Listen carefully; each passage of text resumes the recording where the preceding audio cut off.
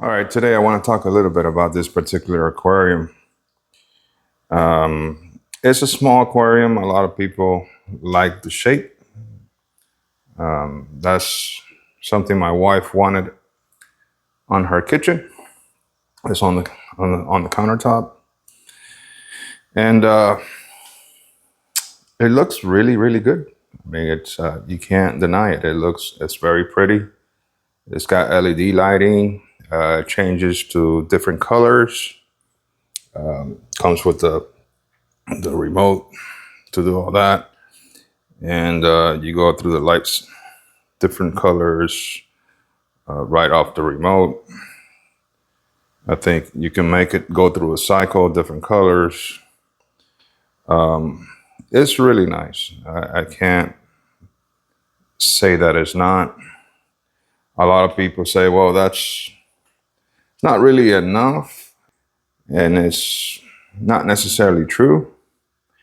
A lot of people talk about not having a heater or the way to put in a heater because of how the lid closes, and in a way that's true, but you can modify it like I did and put a heater in there. And if you wanted to put a betta fish in there, I think you can get away with 4 gallons. It comes with all the biomedia. It's like lava rock that you put at the bottom, and it comes with its own filter system. It comes with a small pump. It's pretty much the decor doesn't come with a decor, but it's pretty much a system put together for you, and what you do after that is, it's your business. I wouldn't recommend putting anything more than 2 or 3 fish, small fish, like you see the guppies that I have in there. And if you're gonna keep it in a place where, in a room where you might have temperature drops, somewhere in the low 70s or so, guppies like temperatures up in the mid 70s to upper 70s. From what I've seen, they're happier there in that range. Same thing with bettas. Bettas like temperatures around 78, 80 degrees. So you want to keep a heater in there for sure. So a small tank like this, you definitely need to get yourself a heater put in there one way or the other. Let me see if I can show you where it's at. I put it all the way at the back of the tank. I don't know if you can see it that well, but the good thing about these globes or biorbs is that they hide stuff pretty good because of the shape. So what I did, it was very simple in order to put the heater in there. I had to modify the top a little bit. I had to cut with a Dremel a little notch here, as you can see, very carefully, because I didn't want to destroy this top. Had to buy a new one if I did. So put a little notch there, and I did the same thing for this plastic piece that comes off. There is no other way to put a heater in there. So got the cable coming out through the back.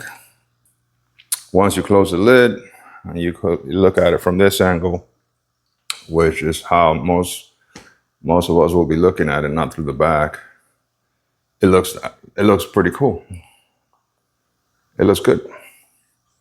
The moss ball in there helps a lot, and it looks magnified because of the shape of the tank. It actually works very well. I do like 50% water changes every couple of weeks. I did a water change last week. This is the way it looks right now. So it looks good.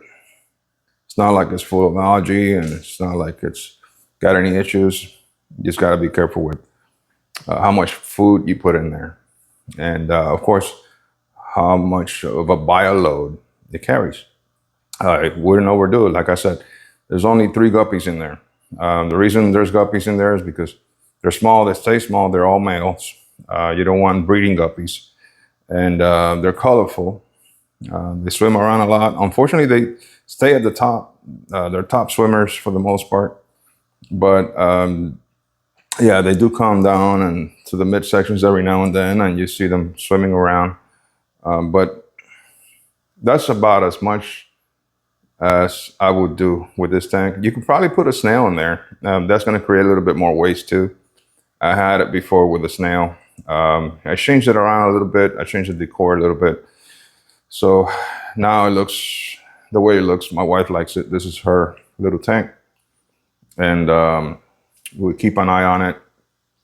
Keep an eye on the water parameters, making sure that everybody in there is doing okay all the time. And keep an eye on the fish, making sure that they always look healthy. So at the end, if you don't have enough space and you want to get an all-in-one system that looks pretty wherever you put it, this is an option. It sells for over $100 in the US. This is the 4-gallon version. There's an 8-gallon, and I think there's even a bigger version somewhere, 16, I believe. So if you're mindful of what you put in there, I think you can pull it off. I would recommend you probably look to a bigger tank if possible.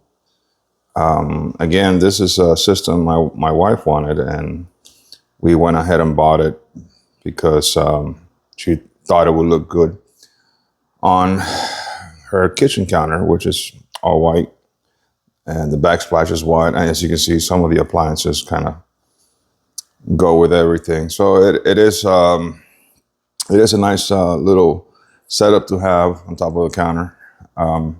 For the money though, if you want to keep fish, if you want to start off in the hobby, I suggest you start looking at something a little bigger, no less than 10 gallons. But just remember that if you have a room that is not in the right temperature range for guppies or bettas or whatever it is you think you can keep there, just remember you gotta find a way to keep that water at a temperature that the fish you are trying to keep likes. Again, it's a betta fish. It's not gonna like temperatures below 78, 70. I will probably go as low as 75, but they do best at 78 to 80 degrees Fahrenheit. So yeah, I'm hoping that if you're thinking about one of these, I hope you realize what it is you need to do. There's a few modifications you will need to make it right, but it is doable nonetheless. So again, thank you for watching. Hope you got something out of this video. See you next time.